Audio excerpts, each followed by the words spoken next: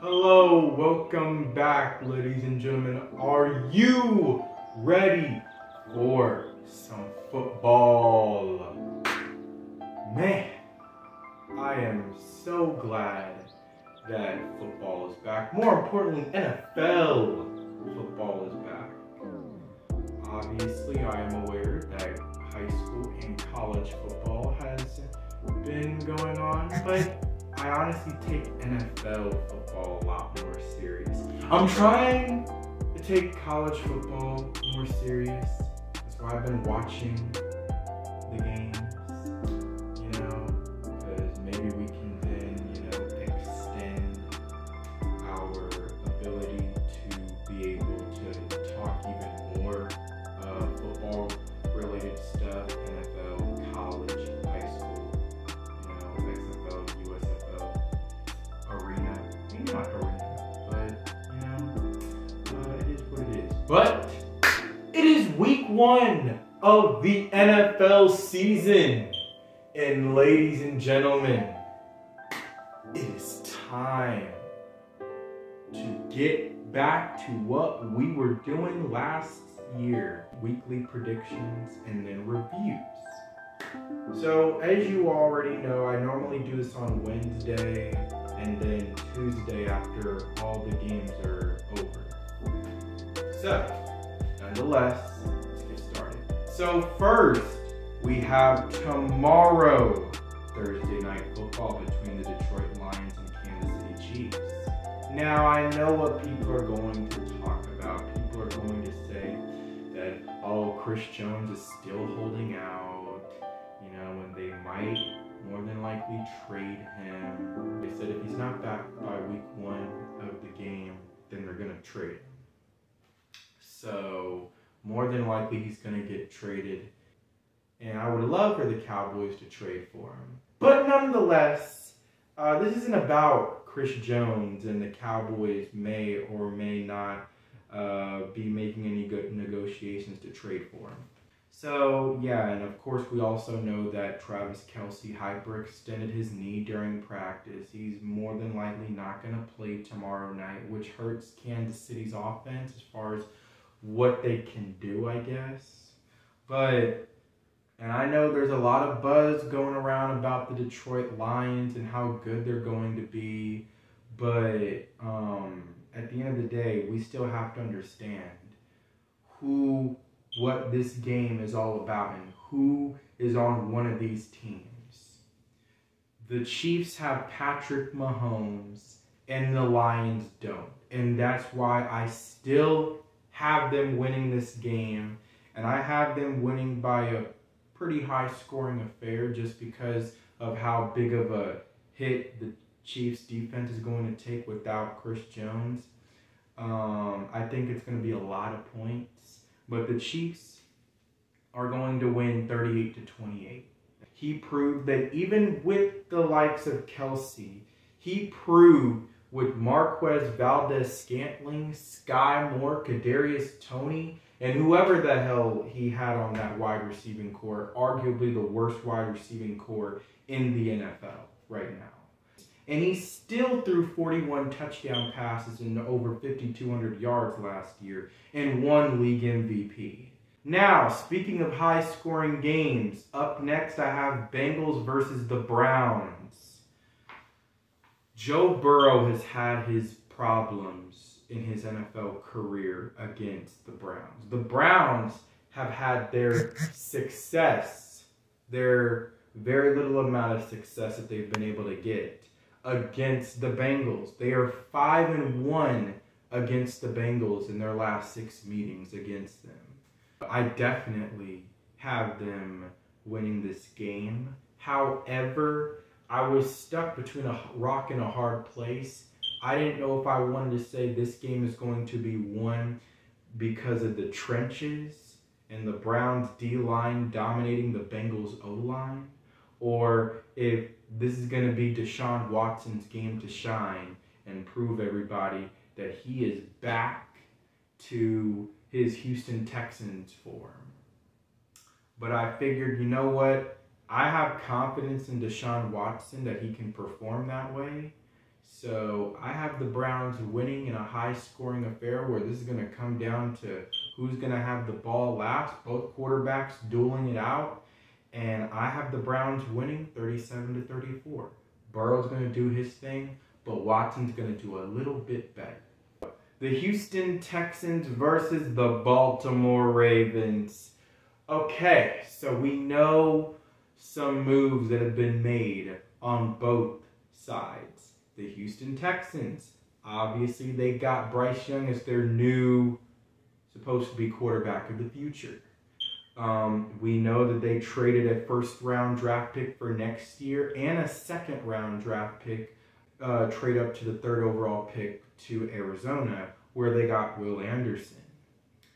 And overall, obviously they hired DeMeco Ryans, who's going to make his coaching debut, and he's going to show people in his first game, you know, what he can do. And then you have the Baltimore Ravens, who they went out there in free agency and they got Odell Beckham Jr., who hasn't played in 2,000 years. And nonetheless, you know, they believe he's going to, you know, go out there and prove something to him.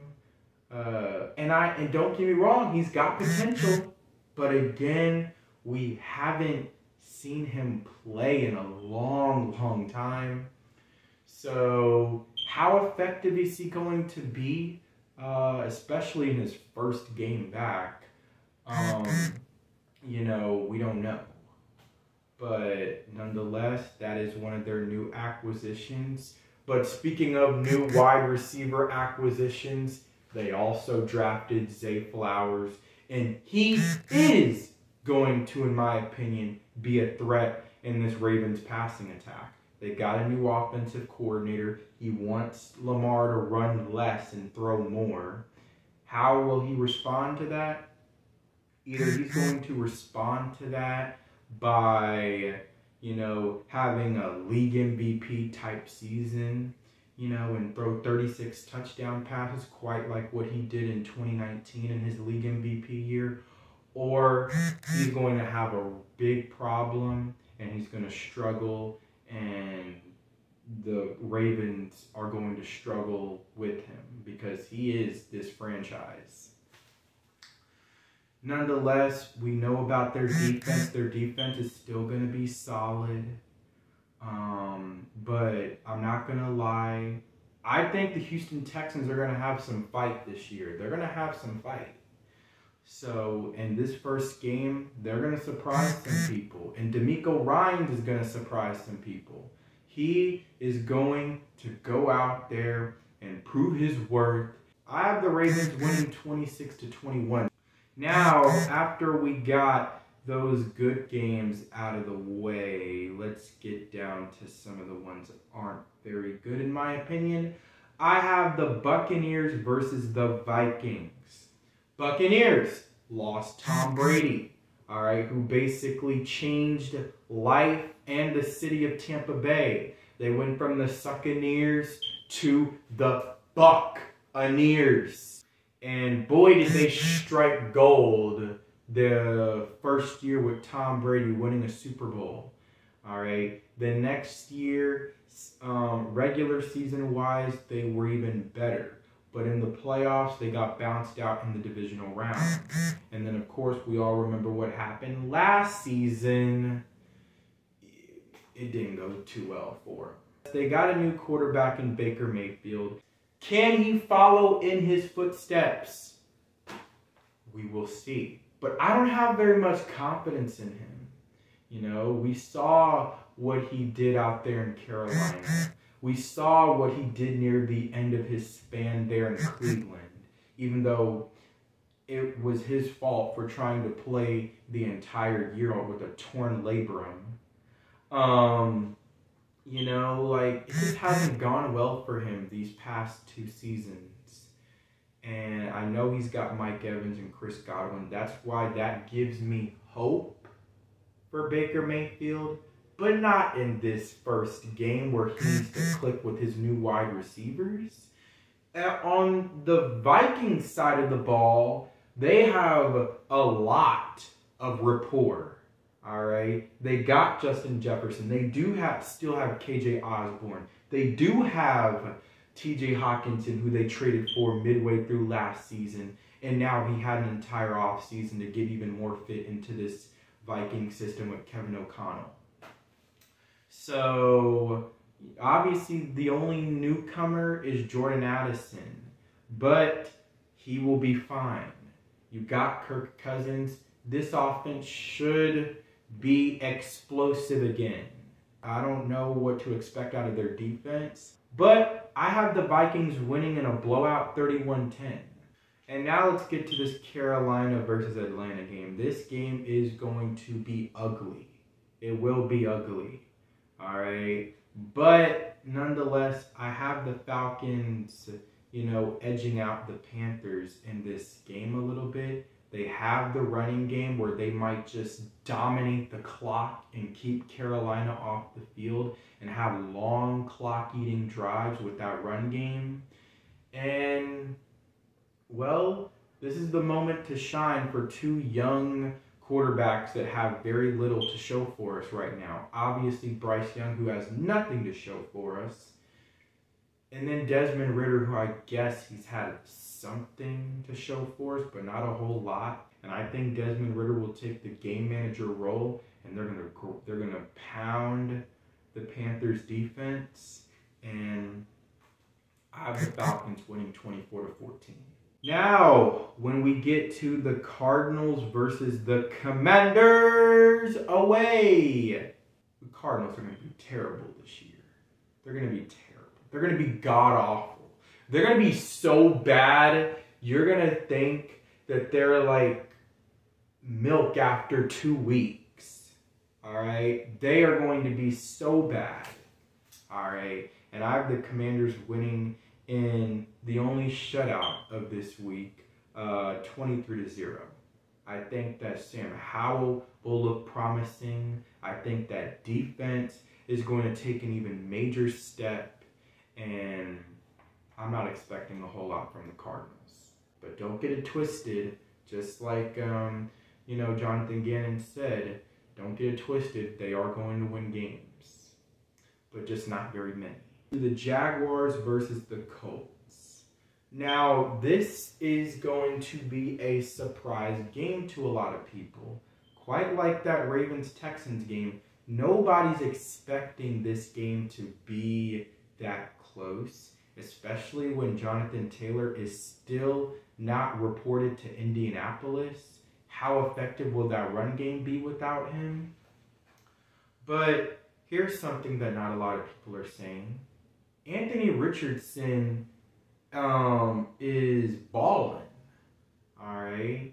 And I saw him during preseason. He looked good. He made some great throws, and with him and Shane Steichen, maybe not this year, but in the future, Shane Steichen can do with the Anthony Richardson what he did with Jalen Hurts. All right? And I stand by that. I think Anthony Richardson is going to surprise people in this game, also because I'm not very high on the Jaguars' defense as much as I am their offense. Let's get to their offense. They got Trevor Lawrence. And he's coming off of a really good season last year. Can he replicate that? He probably can. All right? And I have hope that he can do that, because he's got Doug Peterson. Doug Peterson is a good head coach. He won a Super Bowl for the Philadelphia Eagles. Excuse me, their only Super Bowl. Y'all are sorry. Anyway, but yeah, he's got Doug Peterson.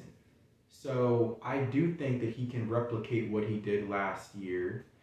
And he has it because he's also going to have, with the receivers he had last year, all right, and they weren't too bad at all. He's now going to have Calvin Ridley coming back. all right, after his full season suspension last year. So you got that going for you. This offense is going to be a juggernaut. As far as their defense just has to do enough. All right? Their defense just has to do enough. Make a few stops because this offense is going to be pretty good. They're going to be pretty good. But yeah, I think that this game is going to be a good game. And the Jaguars will win 28-24. I think both quarterbacks will flash. But I think Trevor Lawrence is going to flash a whole lot more. But Anthony Richardson will show his worth in this game. Up next, you have the 49ers and the Pittsburgh Steelers. Okay, so the 49ers are coming off of back-to-back NFC title games. They're coming off of one in which they played with a quarterback for one possession, and another quarterback for a quarter and a half, and then basically played Wildcat the rest of the game. Yeah, bad fortune hit them hard last year in the championship game. Now, with Brock Purdy back healthy, I should expect them to get back to form. But in Pittsburgh, when you're in a hostile environment against a Mike Tomlin coached team with TJ Watt on the other side coming after Purdy, last year the Steelers went 7-2 with TJ Watt. It went 2-6 without him. So you think that the Steelers defense isn't about to take a step back up? All right, with TJ Watt back healthy, hopefully he can stay healthy. I'm just saying, man, like, I don't know what y'all are expecting, but the Steelers defense is going to give Brock Purdy some problems. That pass rush, more importantly. And I think Kenny Pickett's going to do good, man. I think he's going to do well. I don't think he's going to have to do a whole lot in this game because of the defense, but I think he'll do well. All right, with George Pickens, they had a connection last year near the end of the year. You got Najee Harris with a much improved offensive line, so you shouldn't have to see him running into a brick wall so many times. All right, and their running game last year was far better in games than they had been in the past. All right, a 200-yard game last year against New Orleans. They hadn't done that since 2016 with Le'Veon Bell against Buffalo in the snow. So, nonetheless, yeah, man, like the Steelers, they're gonna what they've basically done the last 3 years. I expect them to come out 1-0 on opening day again, and they're going to win 20-17. I'm not expecting it to be high scoring, but it will be a close ball game because the Niners are still a good team. Up next, you have the Raiders versus Broncos, an AFC West rivalry on our hands. So here's what you have. The Raiders are a mess. They are a mess. You got Josh McDaniels, who I don't know what he can be for the Raiders.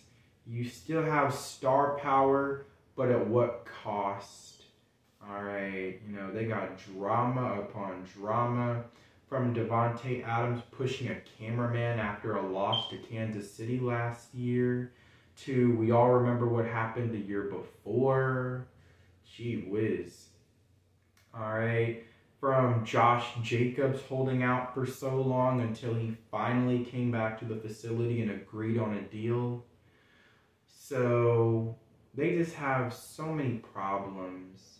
And I know Jimmy Garoppolo's track record for being a winner, but that was when he was playing with a great team in San Francisco. How will he respond going to a bad situation in Las Vegas? I don't know if he's going to take it very well. On the other side, you have the Denver Broncos, all right, who have a really good defense. Can't say the same for the Raiders, all right?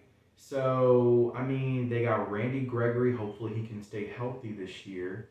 They got, you know, like plenty of great players, including PS2 at cornerback. I expect this defense to once again be the strength of this team. And as far as what Sean Payton can do for Russell Wilson,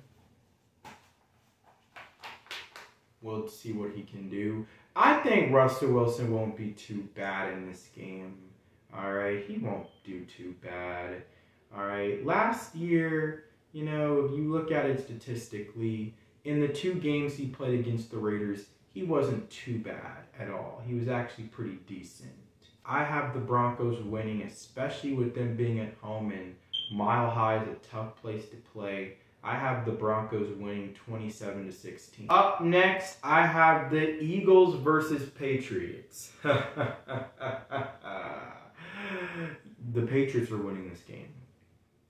And not because I'm biased because I hate the Eagles, but because ain't no way in hell that they're about to lose this game honoring Tom Brady. Ain't no way they're about to lose in front of Tom Brady, but they're going to handle business, and they're going to do it the Patriot way. Not the Eagle way, all right? Not the Eagle way where you lose Super Bowls, all right? But the Patriot way. And they're home, all right? They're at home, so very rarely do the Patriots lose at home. So I have them winning narrowly because the Eagles are still a pretty good team.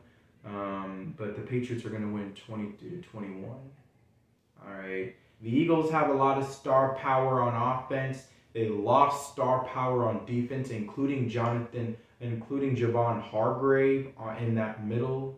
And that pass rush is not going to be the same that it was last year. It's still going to be good, but not as dominant as it was last year. They lost their 2 leading tacklers at linebacker in TJ Edwards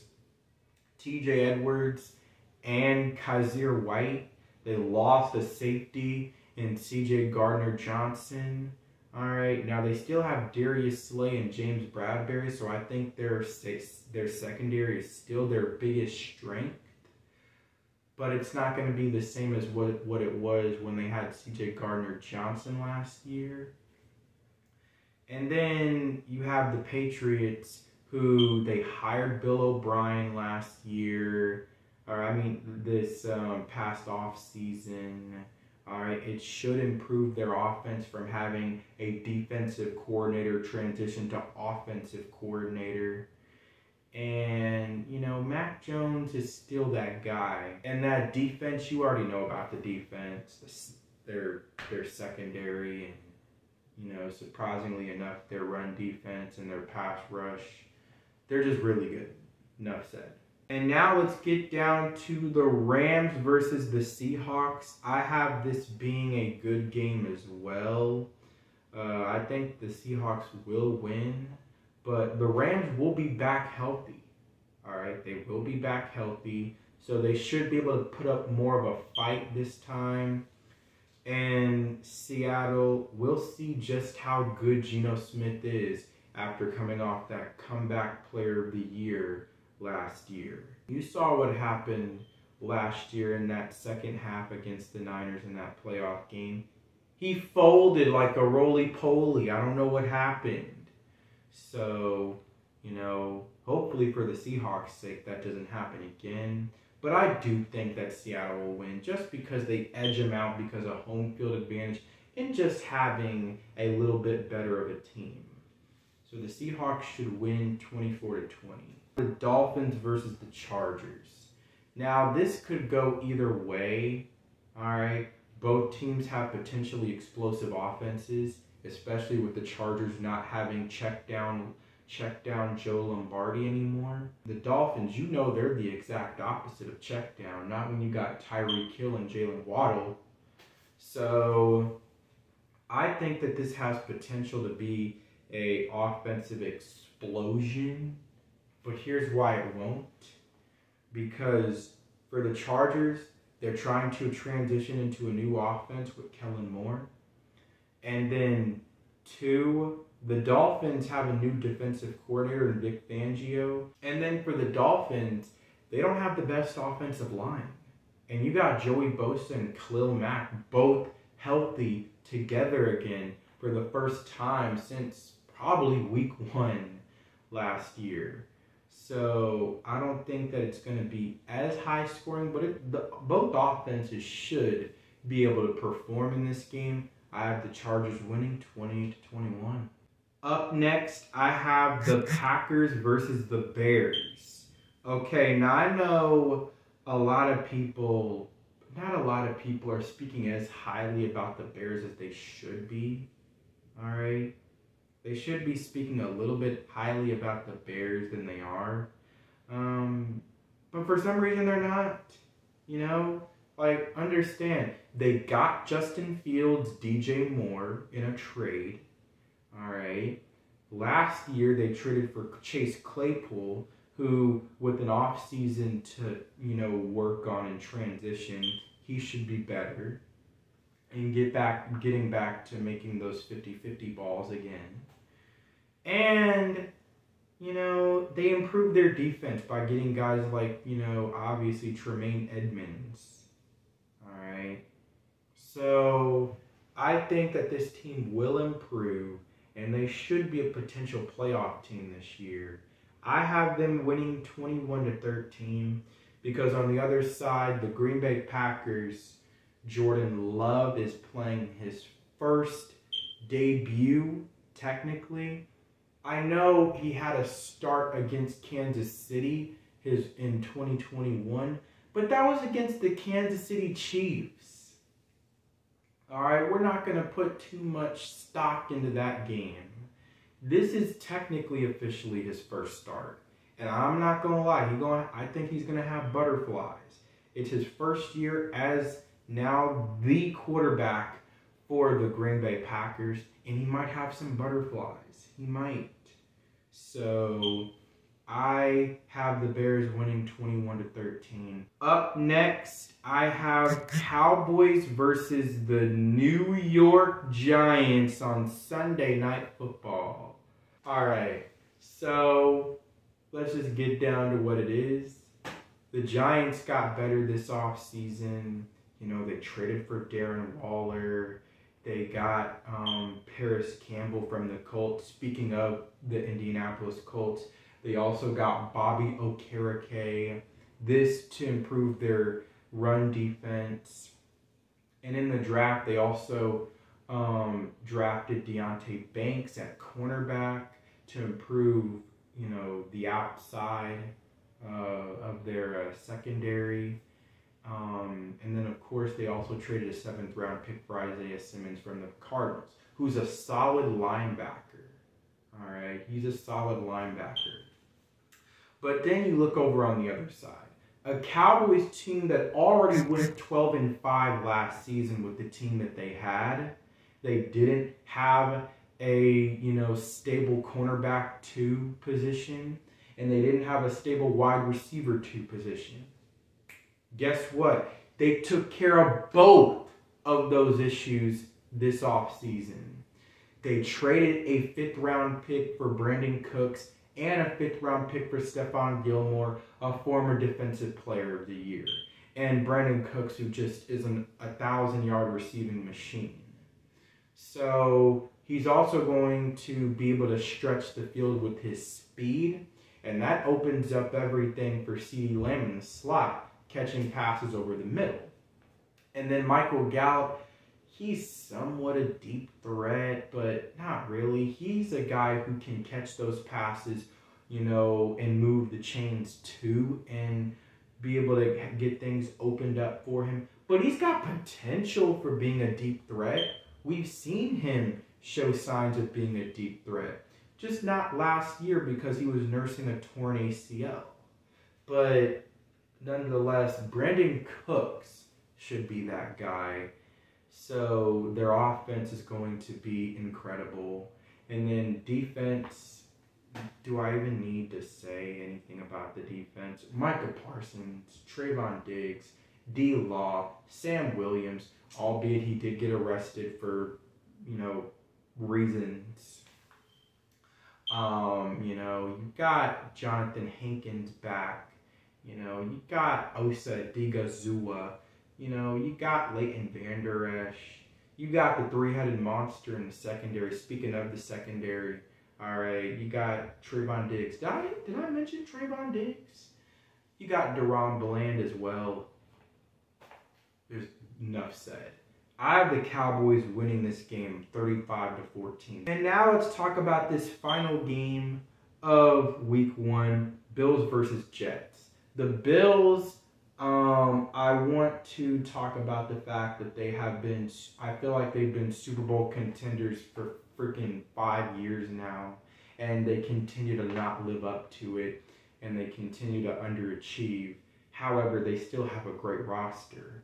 And that should not be ignored. They have Josh Allen, you know, they have Stephon Diggs. On the defensive side of the ball, they have, you know, guys like Tre'Davious White. You know, they signed Leonard Floyd during the offseason to improve their pass rush.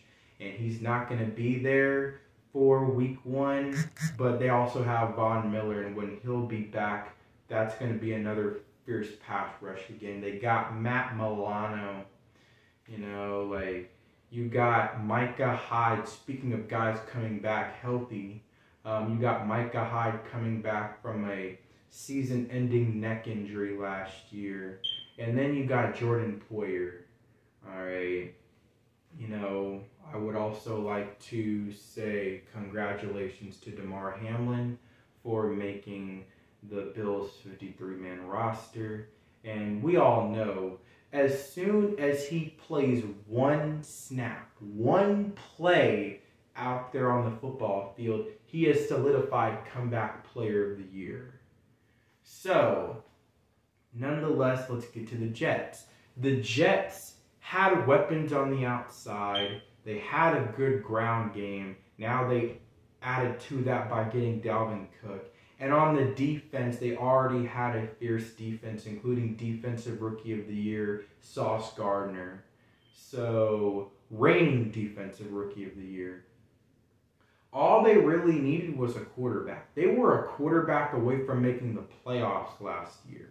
They were 7-4, and then unfortunately the quarterback issue was just too much for them to bear in December. So, unfortunately, it just kind of fizzled out, you know, down the stretch, and they lost each of their last 6 games. But that shouldn't be a problem for them this time, and I think that the Jets have a lot to offer to the NFL this year with the newcomer in Aaron Rodgers, the bad man. So I think that, no question about it, this should be a really good game. All right. And to anybody going out to see the game, you should be getting your money's worth. This is going to be a heck of a football game. And I have the Jets winning in overtime by a game-winning field goal, 27-24. That has been my NFL Week 1 predictions. Let me know how you feel about them in the comments down below. All right. And, you know, that's pretty much it. So, like, subscribe. Subscribe is really important because you get notified each and every single new video that I post. And that has been my time. And that is it. Peace.